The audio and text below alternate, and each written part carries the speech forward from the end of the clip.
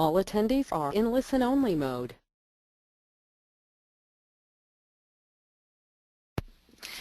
Hello, and welcome to the County Health Rankings and Roadmaps 101 webinar with a tour of our website.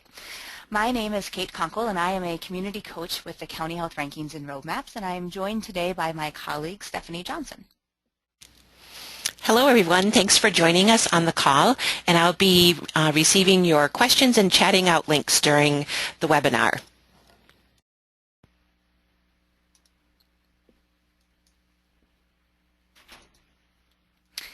So first, we'd like to acknowledge the important relationship that we have with the Robert Wood Johnson Foundation. The County Health Rankings and Roadmaps program is a collaboration between the Robert Wood Johnson Foundation and the University of Wisconsin Population Health Institute. Next, we want to take a moment to get you oriented to the technology we're using today. The GoToWebinar attendee interface is made up of two parts. On the left, you can see the viewer window, where you will see my screen throughout the presentation. On the right, you can see the control panel, which is where you can interact with us. Because of the number of people that we have on today's webinar, we will be taking questions via the question box in the control panel. So feel free to enter your questions at any time, and as questions pertain to content we're covering, we can pause to answer them along the way, but we'll address most of those questions during our Q&A toward the end of the webinar. And feel free to enter comments as well as we go along.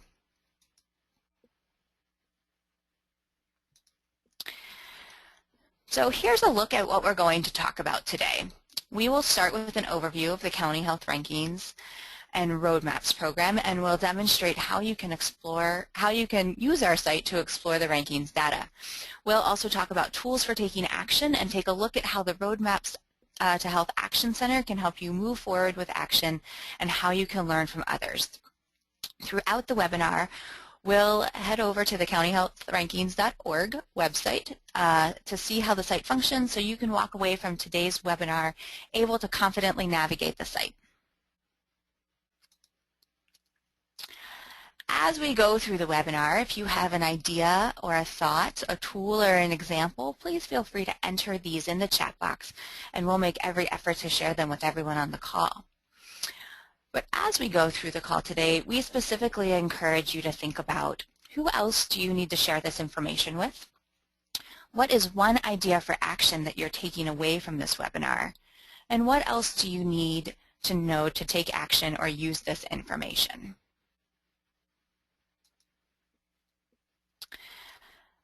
So this year, the Robert Wood Johnson Foundation laid out a powerful vision for building a culture of health in every community in the country. That vision includes the belief that all individuals and families should have the means and the opportunity to make choices that lead to healthy lifestyles, regardless of where they live. So we start this webinar with this guiding question: how can County Health Rankings and Roadmaps help build a culture of health in every community? This image comes from Cambridge, Massachusetts. They had all of their community partners put their names on a strip of fabric, and then they weaved them together into a tapestry. It visually represents the power of collaboration to bring diverse partners together to create something new. Partnership, working with diverse partners from all walks of life, is one of the ways Cambridge is building a culture of health.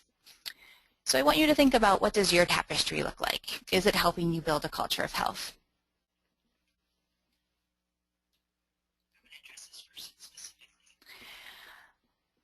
Similarly, County Health Rankings and Roadmaps program is made up of many components that work together with a common purpose: to build a culture of health county by county. As we share the various components that make up County Health Rankings and Roadmaps, think about which piece or pieces of the program you can use. So let's start by reviewing a little about the County Health Rankings. This picture shows the thinking behind the rankings, our theory of change about how rankings can be a catalyst for action that improves the health of everyone in a community. We start with population-based data from a variety of sources. Then we use that data to rank the health of nearly every county in every state. The rankings take several different pieces of data and simplify them. They give communities a quick and easy snapshot of their health and of the many factors that impact how well and how long people live. Each year, the rankings release, which this year, by the way, will be on March 25th, generates national, regional, and local media attention. Some of you may have read or it may have even been quoted in stories about how your county compares to others in your state. This attention and the release also provides an opportunity for people to tell the story of the many factors affecting health in a community. Community leaders can and do use the rankings release to get the word out to their community and local media to help people understand the health status of their community. They use the findings as an opportunity to mobilize multiple sectors to look further at their community's strengths and needs, and based on this deeper look, at their unique priorities, community members identify evidence-informed strategies that can be implemented locally to make change. Over time, these evidence-informed strategies ultimately result in longer, higher quality lives for all the children and adults in the community. Essentially, the county health rankings aren't about numbers, they are about a call to action. The county health rankings are a starting point for the discussion in communities, not an ending point. Communities will want to dig deeper into local data to further understand what's going on in order to know where and how to take action. So the horizontal portion of the model underpins the rankings. The county health rankings show us that where we live matters to our health and that a broad range of factors impact how long and how well we live. While the vertical portion of our model underpins the roadmaps. The roadmaps offer communities guidance, tools, and resources to move from awareness to action to create healthier places to live, learn, work, and play. So now let's look more closely at rankings. The County Health Rankings ranks the health of nearly every county in every state. For each county, you will find two rankings, one for health outcomes and one for health factors. There are two separate sets of messages to convey. One is how healthy a county currently is, that's the health outcomes in green, and we call this a picture of today's health, and how healthy a county might be in the future based on the many factors that influence health. So these will be in blue. And we think about this as a picture of tomorrow's health. So this is one of the most important images that we'll share with you today because it shows what we use to determine the county health rankings and what influences health in a community. This model shows that the relationship between policy health factors and health outcomes. It illustrates how multiple factors impact how well and how long we live. Things like how we commute to work, housing conditions, access to parks, the quality of our schools, availability of jobs, access to healthy foods, clean air and water, and our social connectedness all impact our health outcomes. Starting from the bottom, we know that effective local, state, and federal policies and programs can improve a variety of factors that in turn shape the health of communities. Many health factors, again, those are the blue boxes, shape our community's health outcomes. We specifically look at health behaviors, clinical care, social and economic factors, and the physical environment. We measure two types of health outcomes. Again, those are the green boxes, to show how healthy each county is, length of life and quality of life. As an example, a complete street policy aimed at improving the way streets are designed to encourage walking and bicycling can influence health factors such as transit and diet and exercise, which in turn will influence those health outcomes. Because much of what affects our health happens beyond medical care, this image and the rankings that are based on it underscore how important it is to build a culture of health where getting healthy, staying healthy, and making sure our kids grow up healthy are top priorities.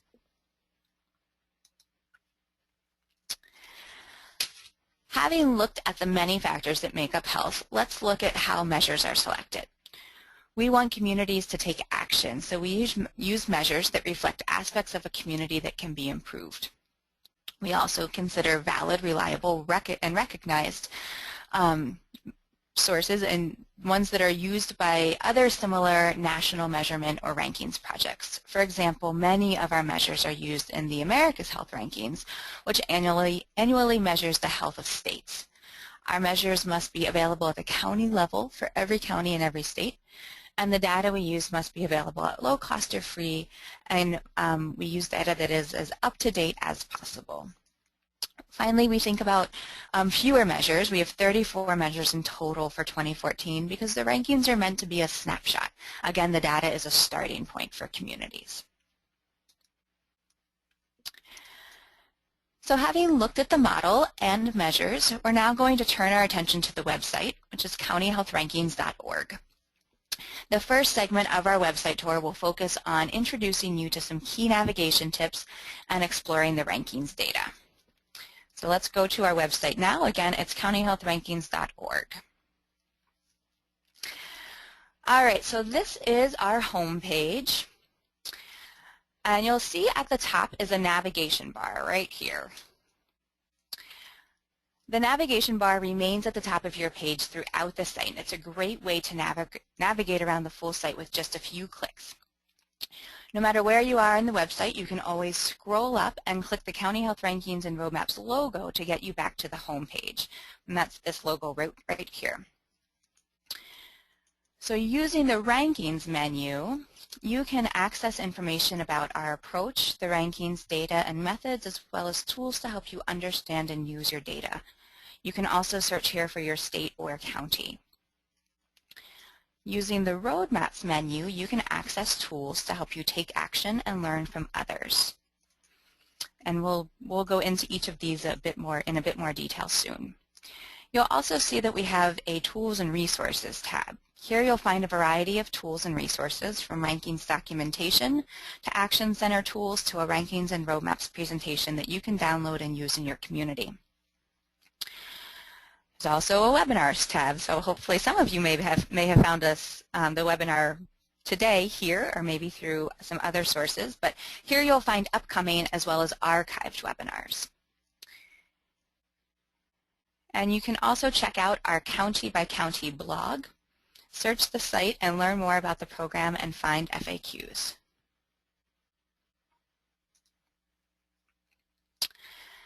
So as we scroll down on the website,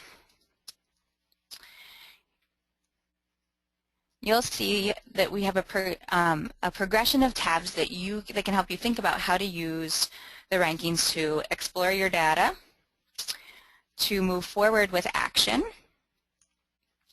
and to read and share stories. And finally, if we continue to scroll down, you'll see a couple of more boxes towards the bottom. These are updated areas where you'll see some new information or stories. You'll see our latest story on the blog as well as our most current tweets on Twitter, if you don't already follow us on Twitter.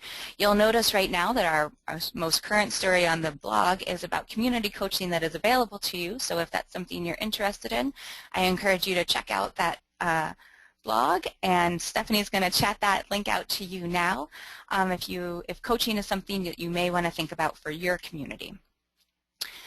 But getting back to the rankings data, we're going to come back up to this first tab in the middle of the page, the Explore Rankings Data, and you'll see that we have a map of the United States.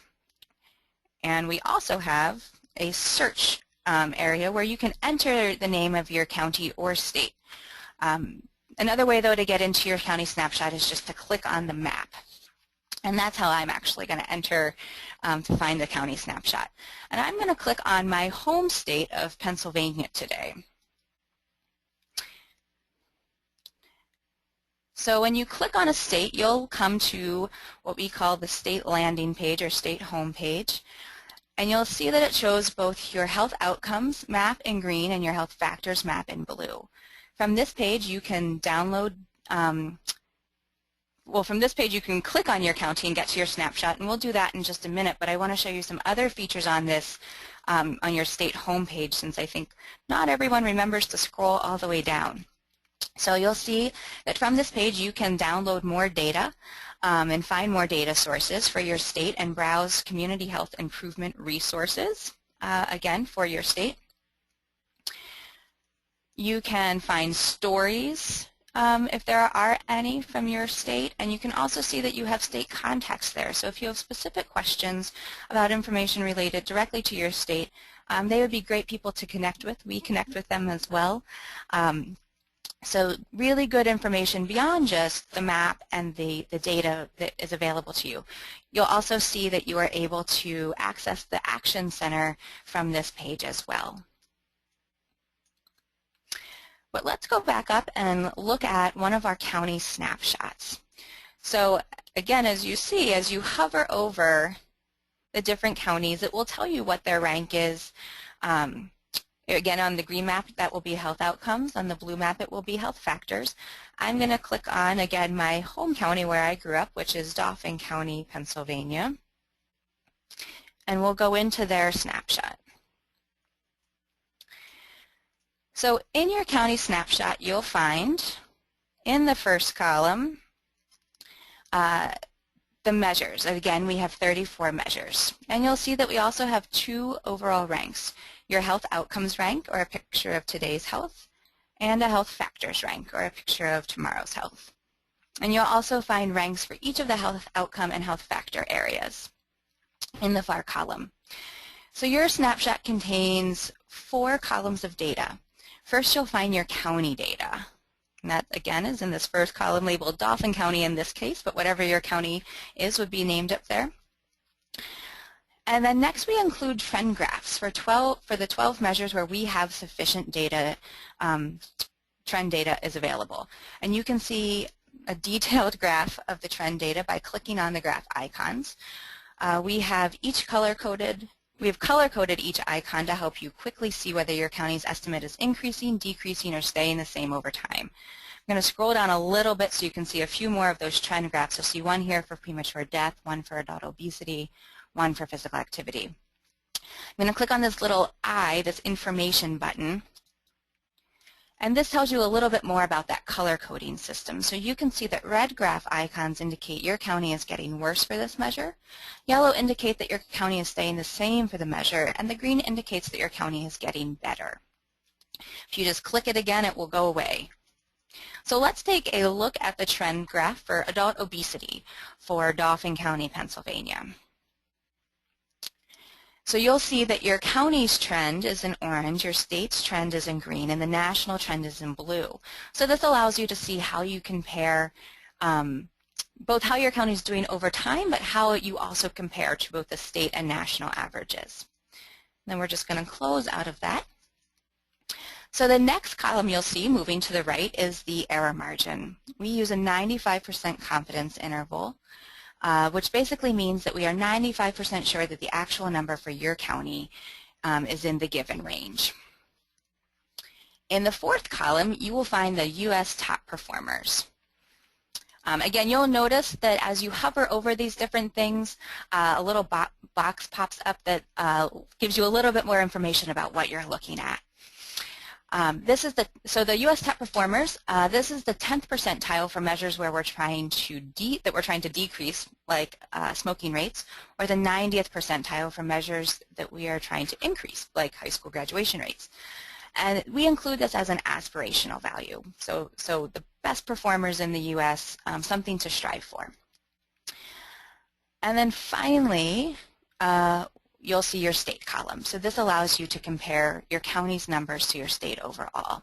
A few more features in your snapshot that I want to show you is the additional measures. Actually, I'm going to start with areas to explore. So areas to explore highlights potential challenges a community may want to examine more closely. So when you turn this feature on, orange boxes will highlight these areas to explore based on health factor measures that seem to have the greatest opportunity for improvement. This isn't intended to be prescriptive. We aren't saying that these are definitely your priority areas, but they're good starting points for additional conversation with your community. But there's a lot of other factors that you'll want to consider. When you're done looking at those, you can just click them back off. You'll also see this blue tab up here that says additional measures. Every county snapshot includes these, and they provide some additional data that may be helpful to you, but that we don't use to calculate ranking. So if we click on those, you'll see we include things like demographics, some additional information on health outcomes and different, the other health factor areas.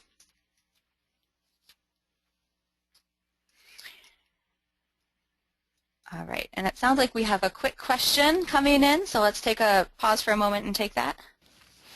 Thanks, Kate. This is Stephanie, everyone. We have a question from Claire. Since we're talking about County Snapshot, Claire is wondering how we account for poor cities within rich counties where the snapshot might be quite different from the overall county snapshot. That's a great question. And so, right, we are the county health rankings, so we only provide data at a county level. And we get this question a lot. We know that in some cases there's lots of differences within counties. And so again, that's why we say the county health rankings are a starting point for conversation.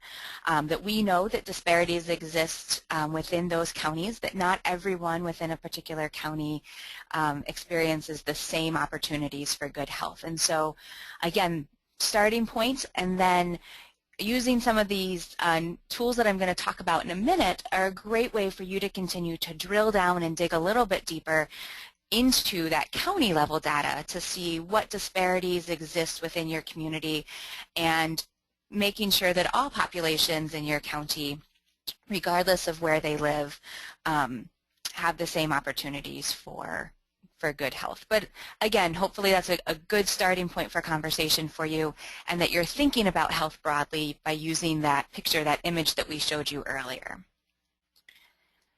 All right, so we're going to return to the tour, and thank you so much for the great question.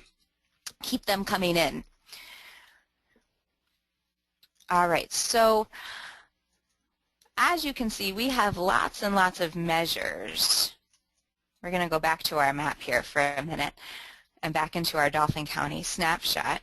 We have those 34 measures, and sometimes people aren't always sure exactly what some of those measures mean or what we're looking at. So you can learn more about each of our measures by clicking on the Measures tab, which is up here actually, or you can actually click on the measures from the snapshot. Again, you'll notice that they're all hyperlinked. If you scroll over a measure, a brief description of it will pop up, and that's a great starting place if you just want to get a quick sense of what that is measuring and what we're looking at there. But if you click on a measure, and I'm going to click on adult obesity since we looked at that trend graph earlier, we can look further at this measure. So this brings us to our measure detail page for adult obesity, and once again you can see that we've progressed along the tabs at the top. Those up here, we're in that measures tab that I just mentioned.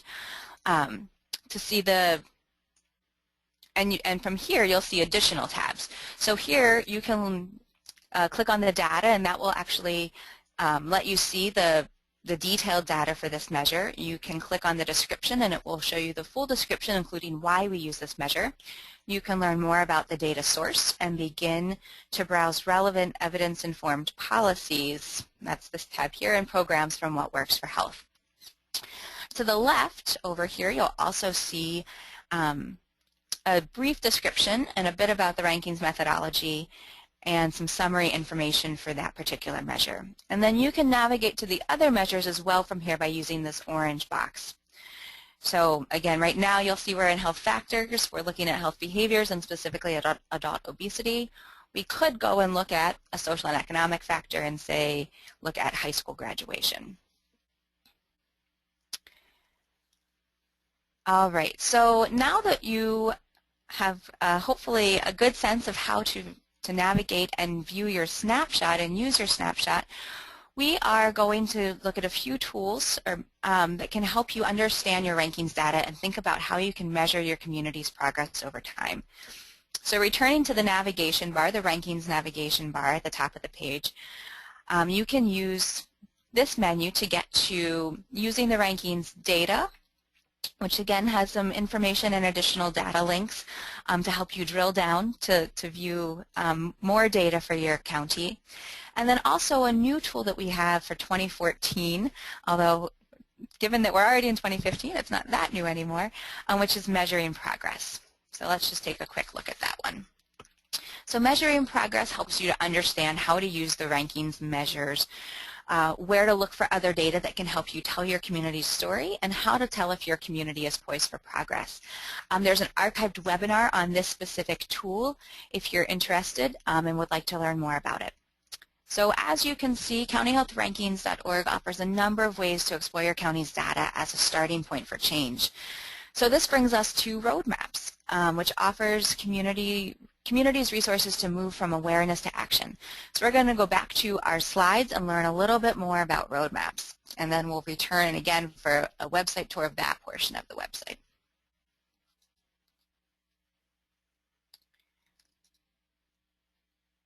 Okay. So hopefully you now feel comfortable finding and using your county snapshot. So we're going to go back to our thinking behind rankings and roadmaps. And again, the reminder that the roadmaps really addresses that vertical section of this model. Now that we have our community's attention, we want to find the best possible strategies to impact our community's health priorities. And this is where communities take action to improve health. But how do we do this? We know that that's a challenging process.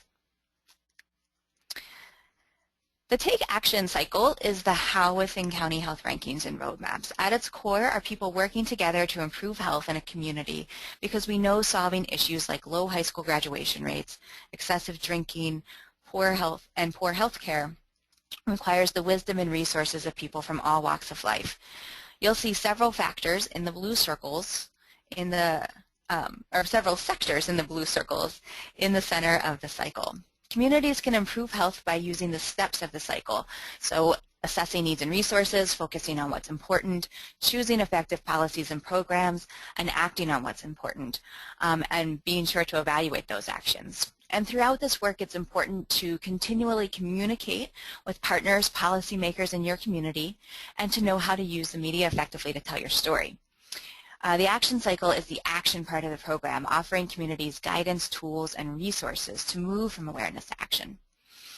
The Take Action cycle lays out a series of steps that communities can take to work together to build a culture of health, but we know that this series of steps isn't always clear and not quite as simple as they may appear on this graphic.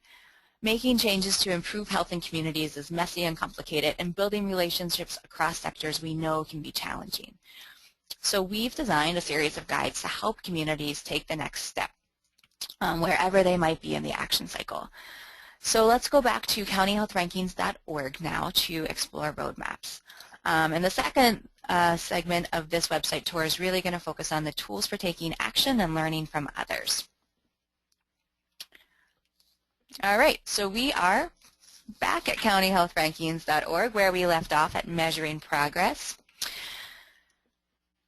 So returning to our navigation bar at the top of the page, I'm going to click on that icon, and again, this is going to take us back to our home page. So to get to the Action Center, we can get there a few different ways. Again, we have this Roadmaps tab on the navigation bar, and we could click on it there.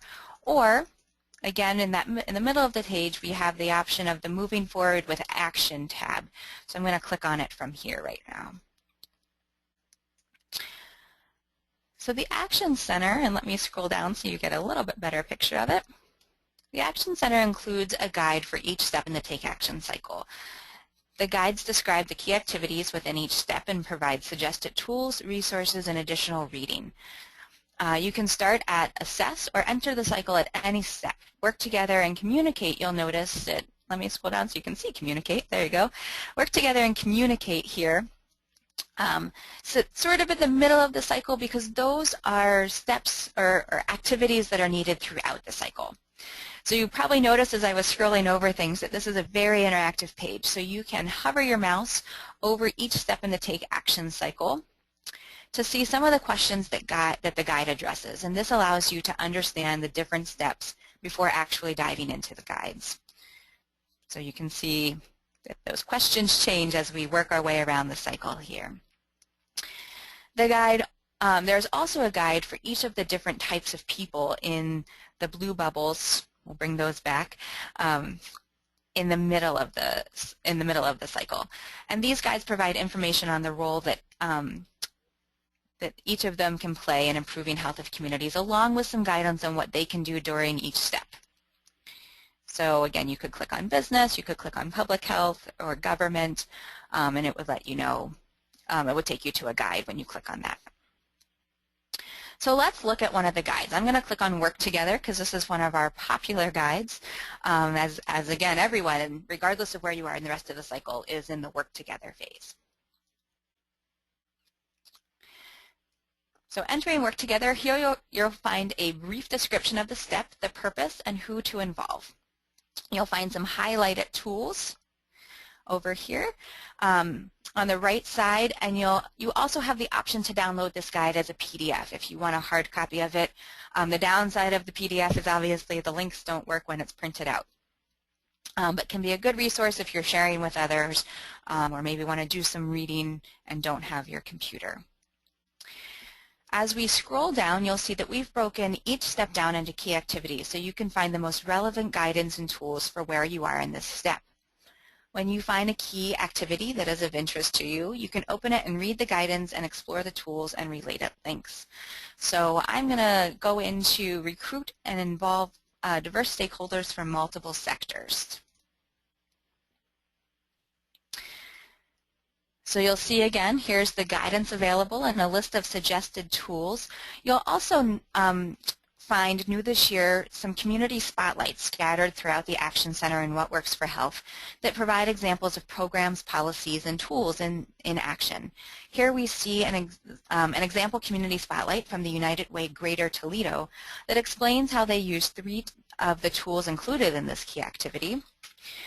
So let's click into that for a moment just so you can see what these look like. And the community spotlights are intended to just be quick examples that focus on the nuts and bolts of how work is done, key partners, or key accomplishments. And they all, as you notice, will include some contact information if this is of particular interest to you and you'd like to learn more. All right, so I'm going to use the back arrow now to get back to Work Together. There we go. And throughout the site, you'll also find these boxes, inviting you to contact our team for personalized free help. Clicking on Get Help will take you to an email form that gets to one of our now 11 community coaches who, thanks to the support of the Robert Wood Johnson Foundation, can be in touch with you and help you think about what your next step is or which tools might help for where you're at in your process. So this is a great resource if you feel like you're not really ready for coaching or in need of coaching, but you have a few questions or you're wondering about a specific tool or wondering about what might be a good next step in your process. This is a great way to connect with us. We do respond via email or phone calls to all requests that we get, so feel free to send your questions along. All right, so now we're going to look at another tool that is available to you, and we're going to go to again, this Roadmaps tab at the top, and we're going to look at What Works for Health. And Stephanie is going to chat you a link to that as well. So What Works for Health provides communities with information to help select and implement evidence-informed policies, programs, and systems changes that will improve the variety of health factors that we know affect health.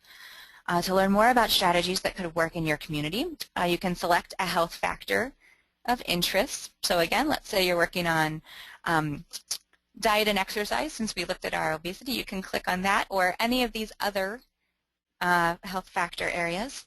Or you can do a keyword search over here if there's something specific that you know you're looking for. So let's say that we want to learn more about strategies that can help us impact income. You'll see that we have 13 results here.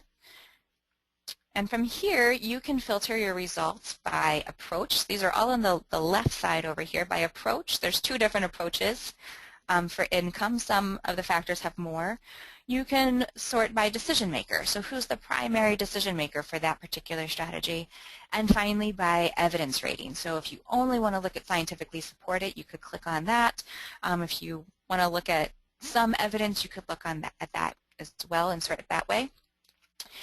You'll notice, as I quickly scrolled through that that the highest rated strategies, those that are scientifically supported, appear first. It's important to note that evidence of effectiveness can mean different things to different people, and our approach to assessing evidence combines what we know from scientific study with the observations of unbiased experts. Each reviewed strategy is assigned an evidence rating based on the quantity and quality and findings of the relevant research. So if you click on a strategy, and here we'll click on Increase the Earned Income Tax Credit, you'll find the full entry for that policy or program, including the expected beneficial outcomes, the evidence of effectiveness, the impact on disparities, and implementation examples and resources when available. So I'm just going to slowly scroll down through this entry so you can see what one looks like. Again, there's our impact on disparities. Here are implementation examples. This strategy, you see, also has a community spotlight that I mentioned earlier, which highlights how the Kentucky Youth Advocates are working on a statewide earned income tax credit. At the top, you'll see our evidence rating thermometer, and when you move your cursor over that and hover over that, you can see the definitions for each of our 6 ratings. So we're going to go back into the What Works for Health homepage. The easiest way to do that from here, honestly, is to go back to that tab at the top and click on What Works for Health to get back into the homepage. So here you'll also see, if you want to learn more about using What Works for Health, the ratings, the methods, there's some great information on these tabs on the left-hand side. You'll also see that we have a 4-minute tutorial on What Works for Health. So if you want a refresher or to share this site with others, it's a great way for them to learn about how to navigate through the site and the different features that are available. Also, you'll see we have on the right side of the page updated new policies and programs. So if you check regularly and you want to see if anything's been added or something that you were looking for, these get updated on a regular basis, as we're always, again, adding new strategies to the site. So finally, in our roadmaps tour, we know that communities can learn so much from each other's successes and challenges. So we're going to go back up to our roadmaps menu to show you a couple ways that you can learn from others. You'll see we have the RWJF Culture of Health Prize. If you go to this site, you can find some inspiring stories from our Culture of Health Prize winners that illustrate a real commitment to building a culture of health for all residents. We also have many other stories, and the story sections highlights examples of communities taking steps to improve health from across the nation. You'll remember that from your state homepage, you can click on stories that are specific to your own state if that's of interest to you. When you go into the Stories tab, from here you'll also see that we can sort them by different partners, by the stage in the action cycle, by strategies, by health factors. So lots of ways to sort and browse through those stories if you're looking for something specific that might be helpful for your community to review. And finally, back into our Roadmaps tab. As part of the Roadmaps project, we have some great national partners that can help you engage other partners and leaders locally. You can learn more about how the United Way Worldwide, the National Business Coalition on Health, and the National Associations of County are helping to bring the message of rankings and roadmaps to their local affiliates across the nation. So, as you can see, roadmaps provide step-by-step guides, tools, and resources to help communities move to action.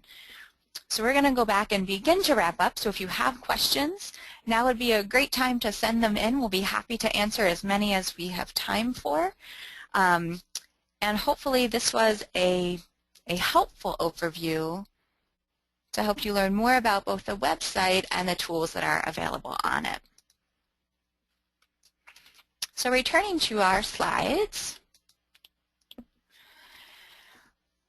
we know that this is really hard work and that for many of you, the tools found online that we just walked through and in the Action Center will be enough to guide you and keep you moving forward. But we also know that sometimes communities get stuck. And because of this, and thanks to the support of the Robert Wood Johnson Foundation, we have 4 community coaches based in Madison, Wisconsin, and as of yesterday, actually, we now have 7 regional coaches based around the country that are available to help you when you do get stuck. And this assistance is available at no cost to you. As community coaches, we provide community leaders with direct support to strengthen your capacity to advance health improvement efforts. We use the County Health Rankings model, the Take Action Cycle, the Culture of Health Prize criteria, as well as some other frames as frames for our guidance. We use What Works for Health, which is the database that we just walked through, and the content in the action cycle to really help communities think about how to move from planning to action. So again, the reminder that you'll find those orange boxes located throughout the Action Center, inviting you to contact us for personalized free help. This is the best way to connect with one of our community coaches, so please don't hesitate to contact us if you need assistance with a tool or you have a question about figuring out a first or next step in your process. And a reminder that we also now have that open call for interest in coaching, which can be found in the blog. You can find that again at the blog at countyhealthrankings.org, or I think Stephanie also chatted that link out in your chat box if you look for it there. And you'll find that at either in the blog at the navigation tab or at the very bottom of that Rankings and Roadmaps homepage. So a great way to start testing your navigation skills. So we covered a lot of information in a short period of time today, but here are some key takeaways for you. So first, it takes everyone, all of us working together to improve the health of a community. Also, we need to move as quickly as possible from data to action and not get stuck in analysis paralysis or drowning in data. We encourage communities to look at the evidence to inform these actions, and if you innovate, be sure to evaluate. To keep focused across the health factors, including social and economic factors, as oftentimes those can be root causes for many other issues. And don't be afraid to take on policy systems and environmental change, which will create the greatest long-term change in health for the children and adults in your community. So we're going to come back to these reflection questions that we posted at the beginning of this webinar. And help you, and now is a great time. We're going to take your questions, and maybe these will be some prompts for those questions, or you can start writing down some ideas that you have based on the information you heard today.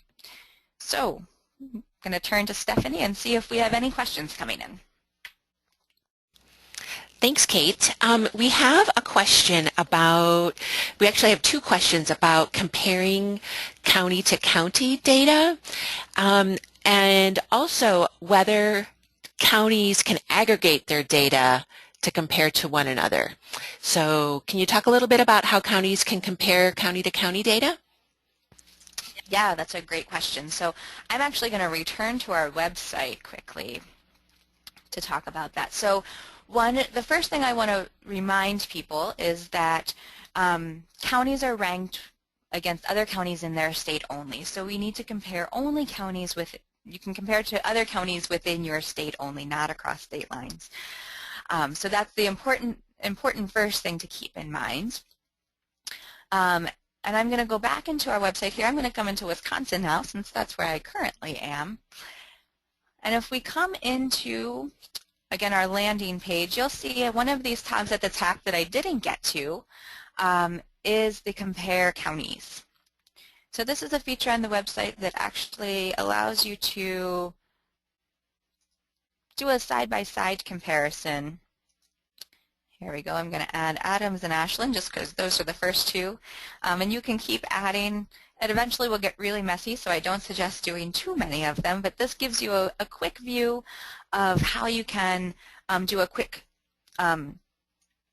side-by-side comparison of county data. I think the important thing to keep in mind, though, is this is really an opportunity to see at a point in time the health of your community. It's your annual checkup, and so we really encourage you to think about where is it that you're doing well, and how do you compare to other counties in your state. and have those conversations internally. But this is a great feature for comparing data, again, within states only. Great, thanks, Kate. We've got 3 questions that have come in, bing, bang, boom. So let's take this first one, which is from Ludrenia. Can this information be shared with Rural Health Board members and staff, as well as being a resource for allied health students? And I love that question because we certainly love to share information. Can you talk a little bit about that? Yeah, so absolutely. This is data that should be, and we hope that you are sharing with your community. Not only the data, but that model, the picture that we talked about early that shows the different factors that impact health. What we want is for the county health rankings to be, again, that conversation starter and an opportunity to bring people together from those different sectors that you'll see in the middle of the Take Action cycle and others in your community, if it makes sense, to really start to think about what can you do to improve the health in your community to ensure that everyone has the opportunity to live a long and healthy life. So we encourage you to share the website. We encourage you to sit down and have some conversations about the data, to talk with other potential partners or stakeholders about what information and data they may have to share that could add some good insight and help you, again, dig deeper into health in your community.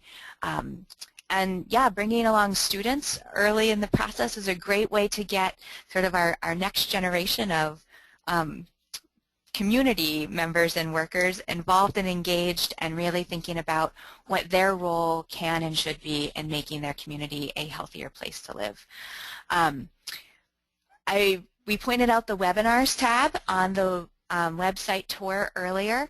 So we archive all of our webinars, this 101, as well as many others that have inspiring stories from communities that are doing some great work in their journey to improve health. So those can be great ways to share this information with other members of your community, other partners and stakeholders, to give them a little bit more insight, as well as, again, those stories and the prize videos that are available.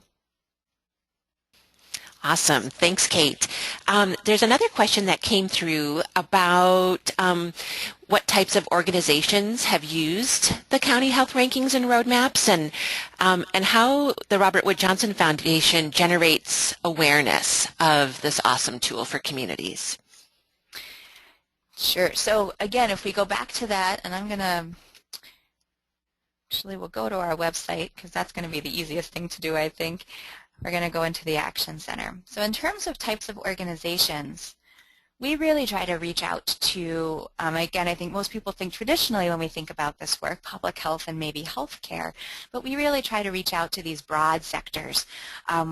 We think about United Ways, and we've had some Chamber of Commerces that have been really great partners in some communities.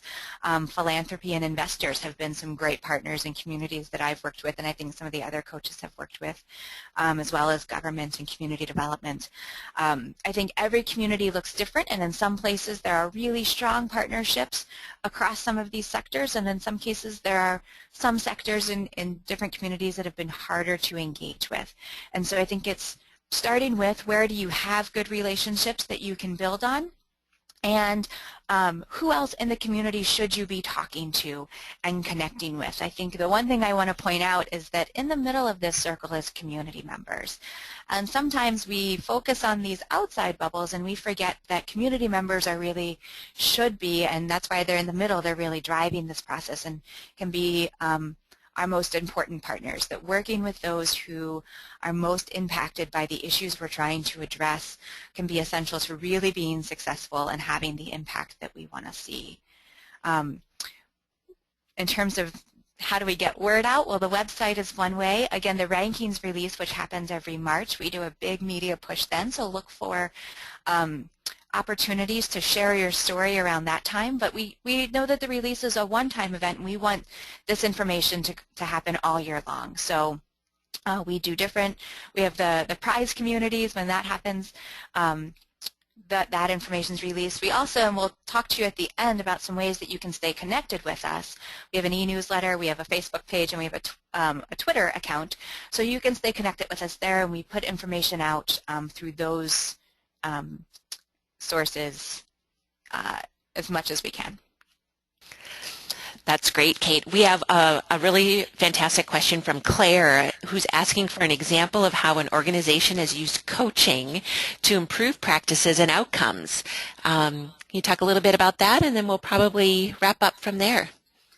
Yeah, great question. So a little bit more about the coaching program. So coaching takes on really a variety of forms. In some cases, we get those emails that come in through that orange Need Help button, and it's a question that we can easily answer via email or a short phone call. Maybe it's directing a community to a specific tool or guide, or maybe it's sometimes just someone just wants to make sure that they're on the right track and wants some confirmation that they're moving in the right direction. And so sometimes there's a really short, brief interaction with the community. In some cases, we work much more intensively with communities. Sometimes it's, again, just a few more phone calls or emails to get a community leader or community team sort of moving in the right direction and on the right track, or are using some specific tools that might be most helpful for where they're at. And there will be just a few more emails and phone calls. And then in some cases, we work with communities and engage with them over a longer period of time and more intensely towards a very specific goal. We do have a webinar from August on our community coaching program that gives you more information and insight into how our coaches work with communities. So we've worked with communities, both rural, urban, large and small, that are in really different phases of this process. Some that are kind of pretty well oiled and in that act on what's important phase and just moving along and just really needed some strategic guidance and focus to maybe move their work to the next level. And in some cases, we're working with communities that are really new to this process and really wanting to get off on a good start, and really thinking about who else they should be engaging. And finally, with communities that maybe have been really successful, but their coalitions may be a little tired or needs to regroup or rethink the way they're doing their work. And so we really work with a variety of communities at different stages, and based on what your community's needs are, what your availability is, what our capacity is, we'll figure out what the best strategy for working with that community is. So I think that sounds like it's all for questions. We're going to do a few more wrap-up slides here.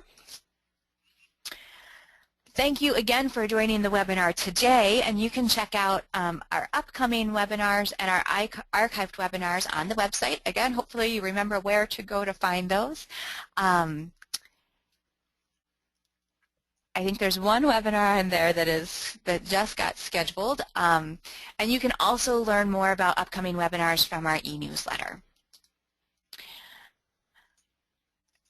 So again, as I mentioned before, you can stay connected with us via Twitter, via Facebook, and through that e-newsletter. For those of you who are already signed up for the e-newsletter, you will have seen that the last edition announced that the 2015 rankings release date will be on March 25th. I mentioned that before, but there's great information that comes out in the e-newsletter. We will not flood your inbox, but we do send out some good and important information, interesting information that we hope will help you again in your journey towards building a culture of health in your community.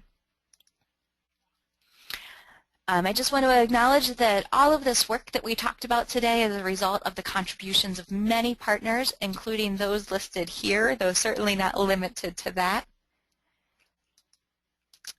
And finally, we hope that you feel inspired to reach out to others and take your next step wherever you are in your journey to building a culture of health in your community. Thank you for joining us on the webinar today, and we look forward to hearing from you in the future. Thanks, have a great day, and Happy New Year.